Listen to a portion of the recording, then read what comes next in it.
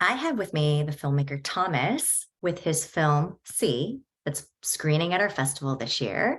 So, Thomas, tell everybody a little bit about yourself and how you got into filmmaking.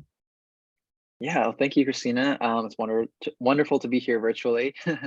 um, yeah, I'm Thomas Kim. I'm a young writer director, Korean American. I was part of the Sundance Ignite Fellowship. Had a short film distributed to HBO Max, and now I'm currently working on financing my first feature with Christina as EP, which is very exciting. And yeah, I got into film. I mean, I think it was back in middle school actually.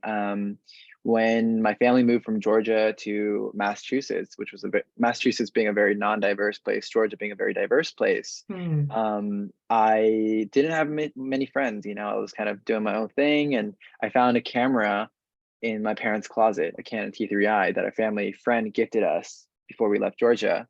And through that, I found photography. I became the kid in middle school with an artsy Instagram, the artsy fartsy phase when people were talking about that. Um, Started taking photographs and like really loved it. This was so interesting to me. And I just thought, there must be a better way to tell a story through an image. And I'd been trying to do that with still photographs, one frame. And then I signed up for a photography class in high school. But my guidance counselor said, "Oh, Thomas, the entire class is full. All the Visco girls, like the girls on Instagram, they already took up the class.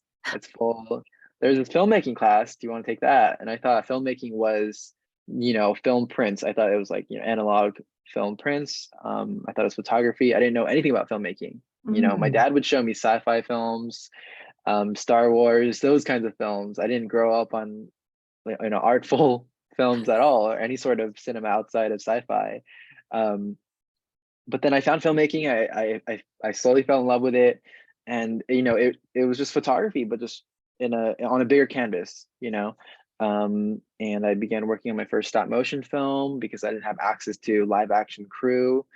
Um, and freshman year of high school, I raised 7K on Kickstarter, and then spent 3.5 years working on that film, which got me into festivals, and then got me cash awards to make C in senior year of high school, and that's how this film Senior came year of about. high school, you made this. Oh my gosh, that's so crazy. Yeah.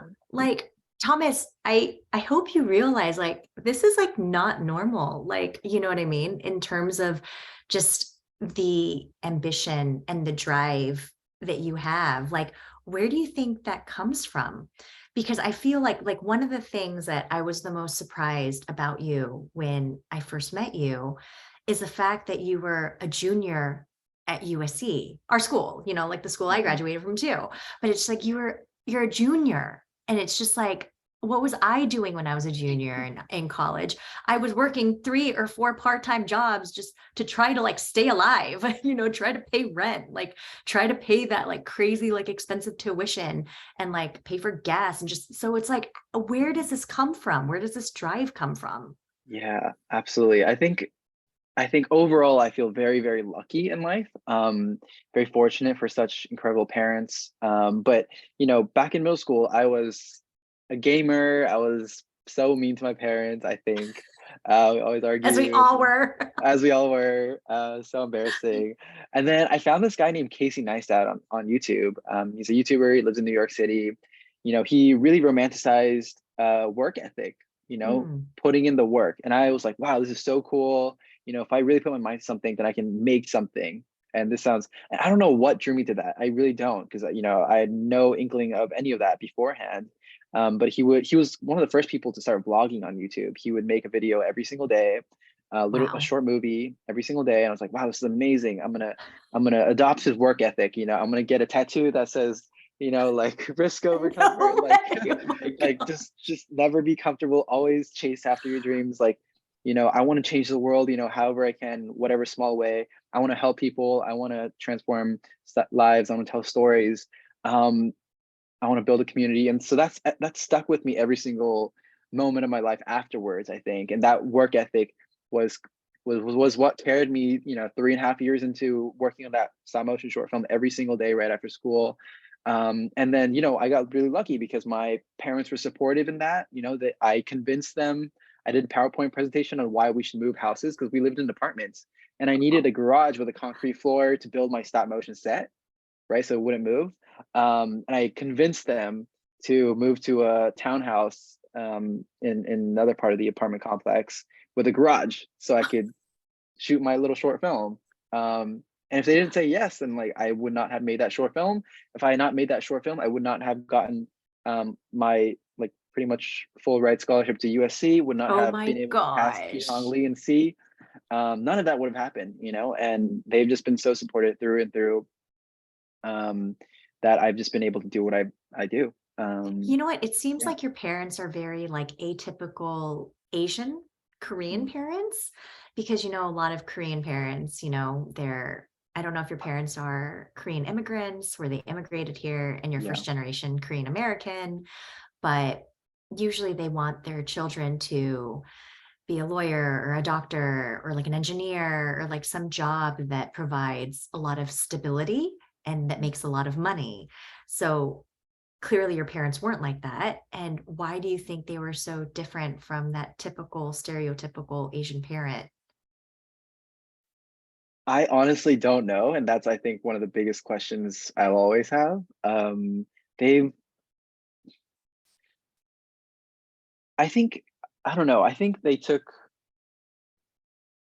a leap of faith on me with the first project, and then once they saw that I was very passionate and like I would work hard and I was very serious about this, uh, they believed in me more, and that led to really good conversations. That led to more openness. But I think, they've always tried to push me, whether it was making me play piano, for 7 years, and then, I hated every single second of My it. gosh, I Like, never practiced.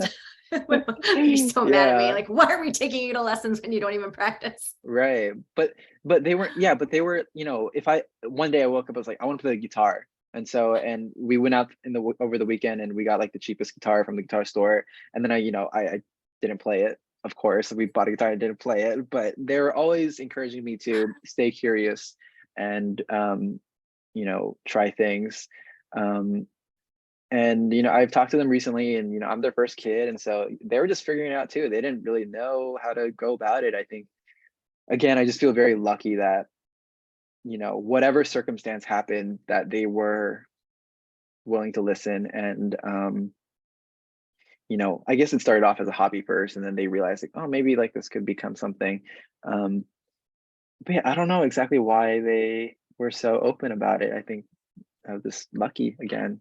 So you mentioned moving from Georgia to Massachusetts. Did they move because of one of your parents' jobs?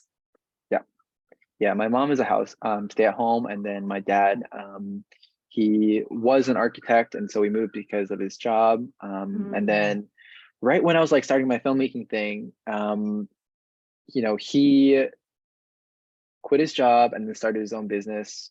We broke our 401k, did the whole yeah. thing, and then spent like 3 years on like no, just living off all of our like money, um, building the software. He would build the software, Oh and my then gosh, he takes only risks. recently, yeah, That's exactly, and why. That's the reason why he's supporting you because he himself takes risks. yeah, I think so, right? But it was just Yeah. crazy to me, absolutely crazy to me, because we could have gone broke and literally lost everything. But um, yeah, I think at heart we both, all of us, kind of have that mentality, and I think it's coming out now. And um, you know, yeah. Well, what's really crazy is that like you moved when you were in middle school, and middle school is such a tough, tough period because I feel like I have a younger brother and he had so many friends. I grew up in Albuquerque, New Mexico. Mm, Same as you, I was the only Asian person growing up. And my brother was also the only Asian person growing up. And in elementary school, for some reason, my brother, I mean, I think boys' experience, like males' experience and females' experience, is just different. I don't know yeah, why, but it's just like the friends and the development or whatever. But like in elementary school, my brother had so many friends. He was so popular. He played basketball. He just, was like really happy and go lucky.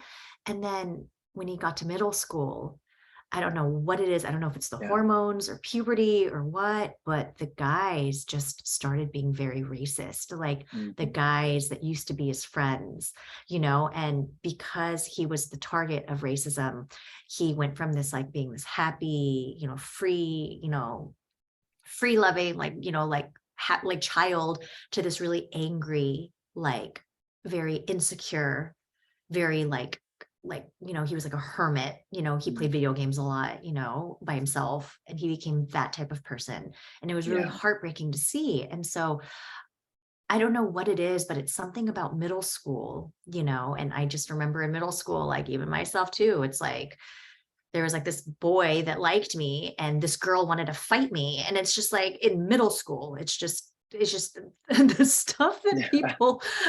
the way that people are in middle school is so tough. So how was it for you, when you moved to Massachusetts? Like what Yeah. was the interactions with the children like there? Like not only were you brand new, Mhm. in middle school, but the type of people are just completely different. Like, did Yeah. you experience racism like in middle school, whereas before then you never experienced racism?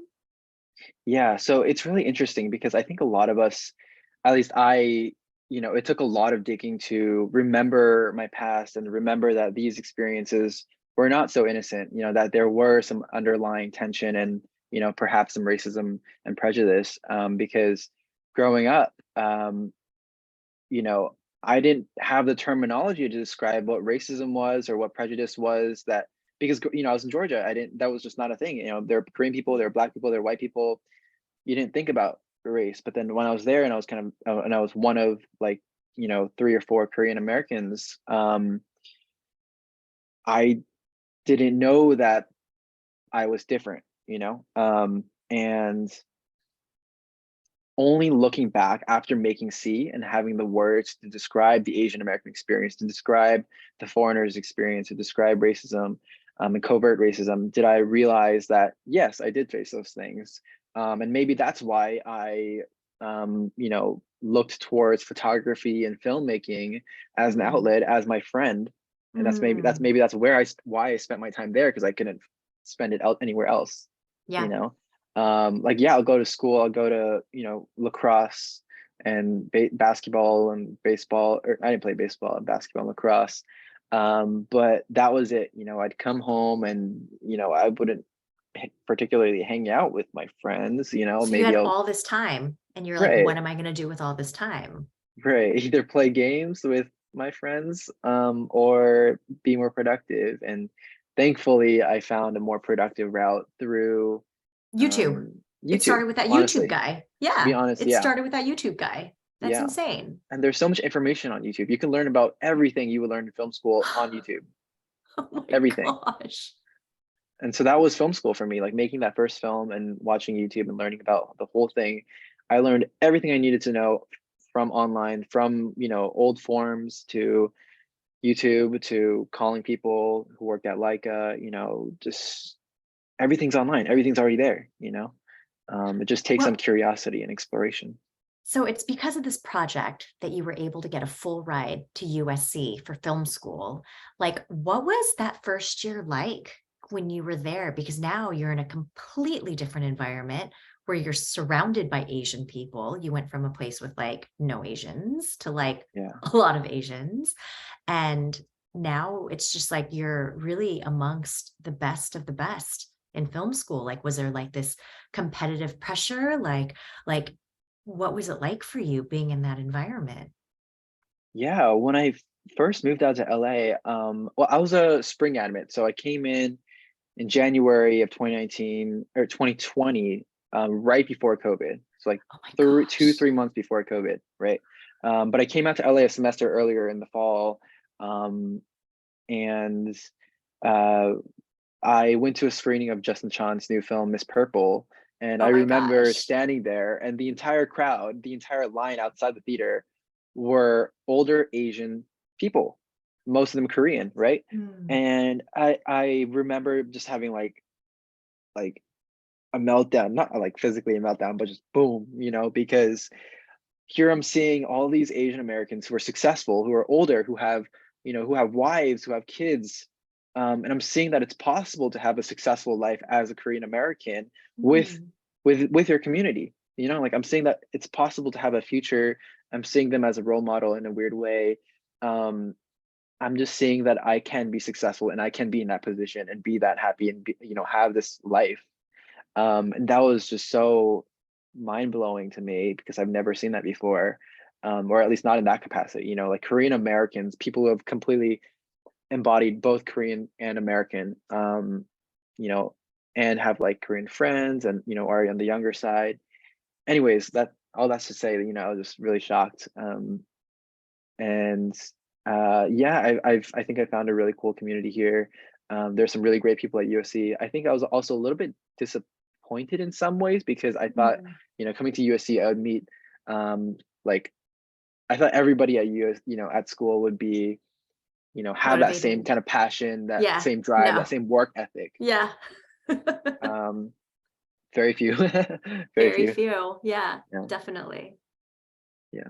So tell us a little bit more about this next project that you're working on. C is a proof of concept for Isle Child. And just tell us your game plan with Isle Child. Like, what do you want to do with it? I know that on your WeFunder page, you're getting really close to your goal. What are you looking for? And what are your plans for 2023 with this movie? Yeah, absolutely. So we took this proof of concept, we, over COVID, turned it into a feature script. So we have the script, we have the pitch deck, we have everything, producers attached, EPs attached.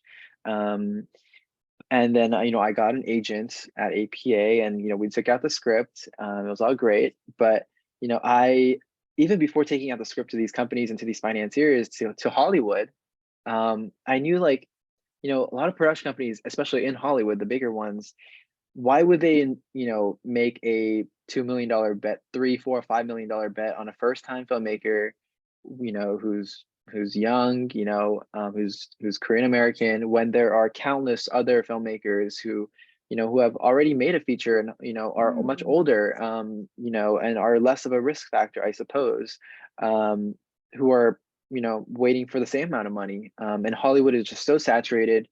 And so I knew even like when we were sending around the script that it'd be very difficult to find, um, even if it weren't my script, even if it was the best script written, just because the fact that someone who's more of a risk would be, who has a new voice would be attached to a script like this, it would make it very difficult to finance.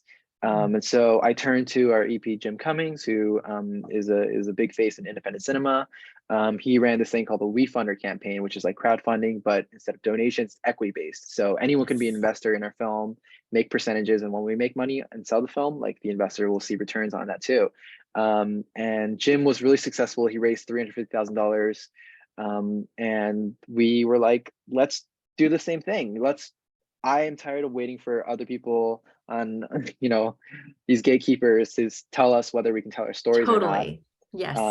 Let me push the ball up the hill. Let me I come to the love that. community, bring together a community, and see if it's possible to do this. And so we launched the WeFunder, and we're at $270,000 right now, and we have another 100K pending, and then our goal at WeFunder is 350.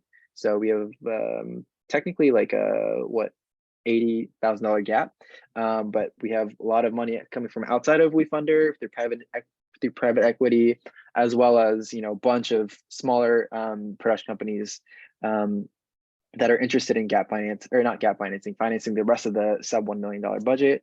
So that's coming together really, really quickly, and I think by our goal is to have that fully financed by February of next year latest, and then shoot June of next year, and then hopefully get it ready for the Sundance deadline late next year.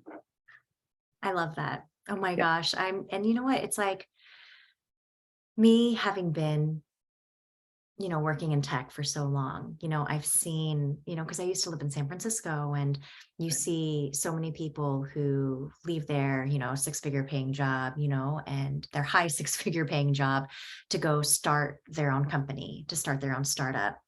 And then they put everything into that company. And then the dream is when you're able to sell this company to somebody else, somebody buys you out, right? Mm, Or you go IPO.